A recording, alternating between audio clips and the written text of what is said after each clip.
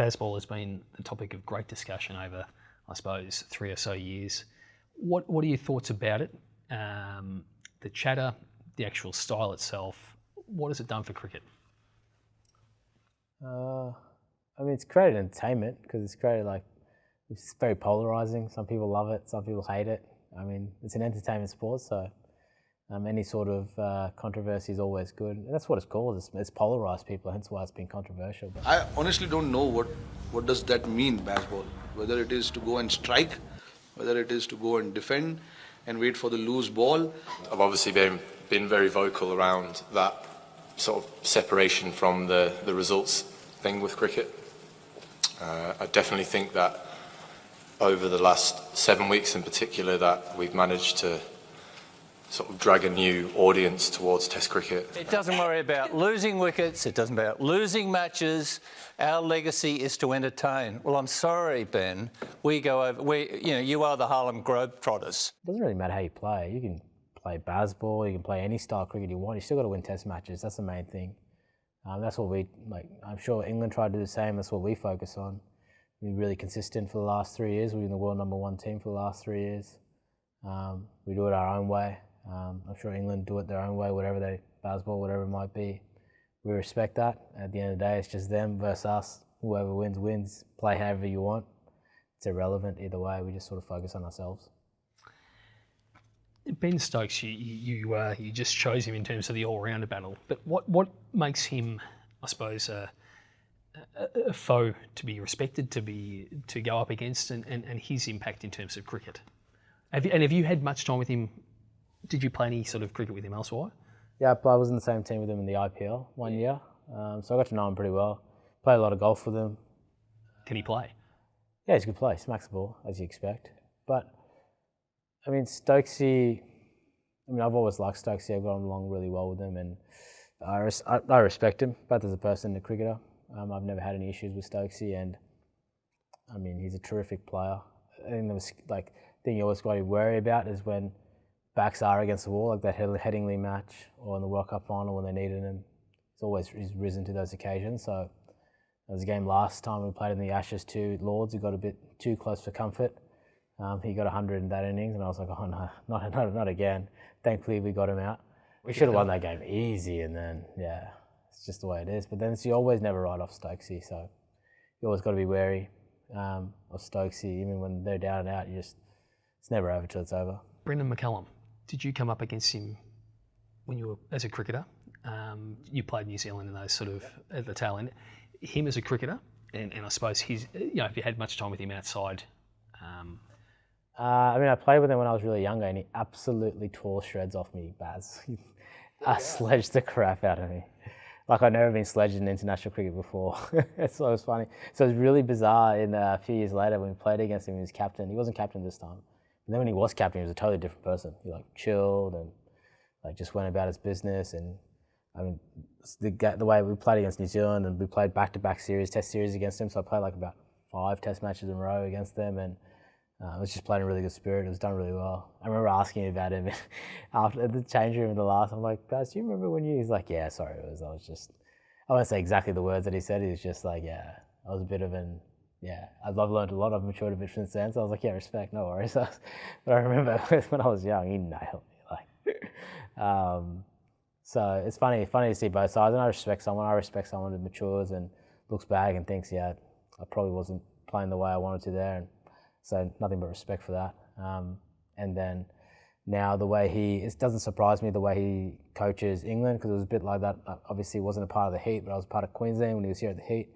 I was hearing similar things, and I'm not against that. I actually really like some of the mantras that he has and what he goes about it. I'm a bit the same with my cricket. At the end of the day, the best way to perform is to make yourself and the team relax as much as possible so they can compete and just focus on the game. I think that's what he tries to do. That's what I think he tries to do from the outside. So, I think he's been really good for English cricket in general. Just breaking the shackles a little bit because they're so traditional in their ways. So you probably get someone from the outside of another country, breaks a bit of those old traditions that you had for so long, which is not a bad thing sometimes. I was going to say, from New Zealand to go over to England, and it is a place where it's an outside voice. It takes some doing to break through. It does, but I mean, you got to remember, New Zealand and Australia are very similar to England in a lot of ways.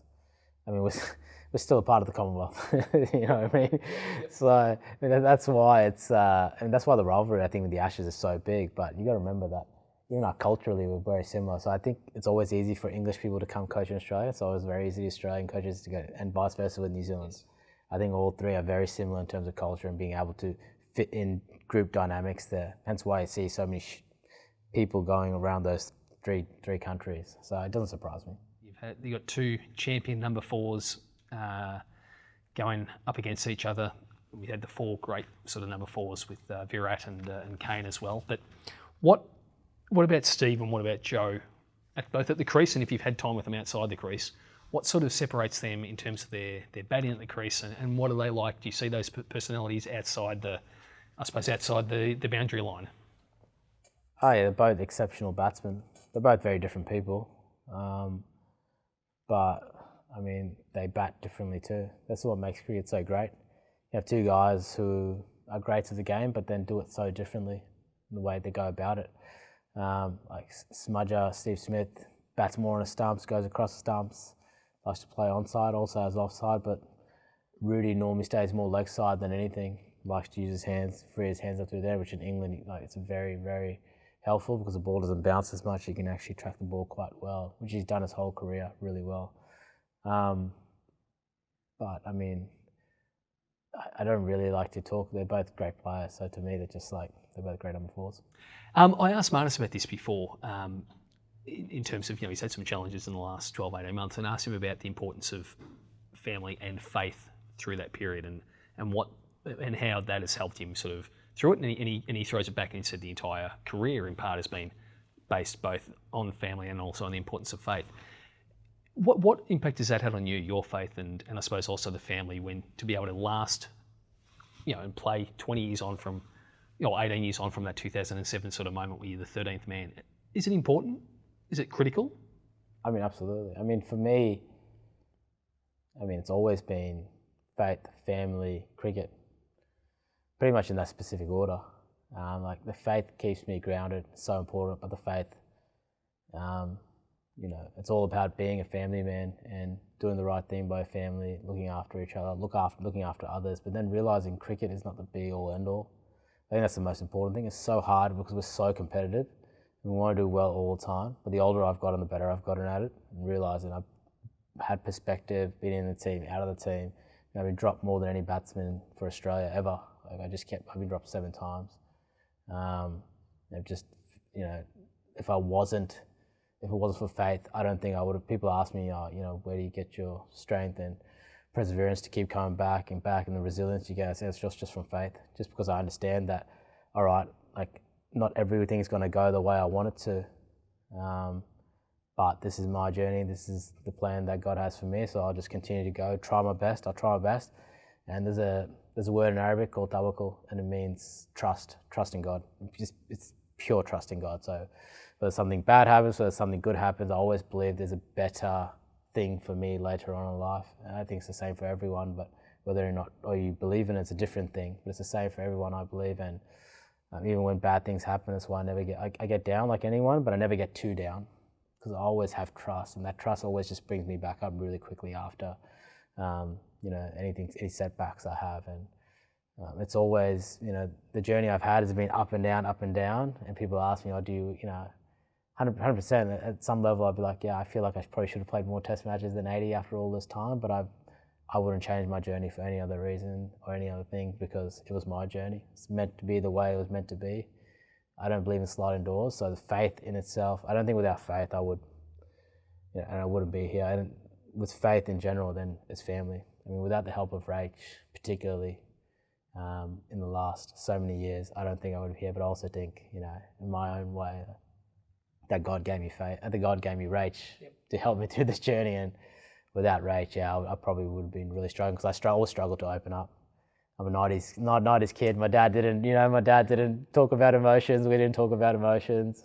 We just dealt with it and got on with it. And I've never been good at it either. The only one I really talked to is Rach about it. So without her, I would have really struggled. And she's been my rock the whole way through. So yeah, both family and religion's played a big part.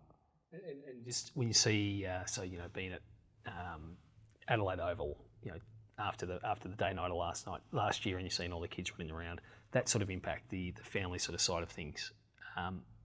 Does that glue or bond the team together? Having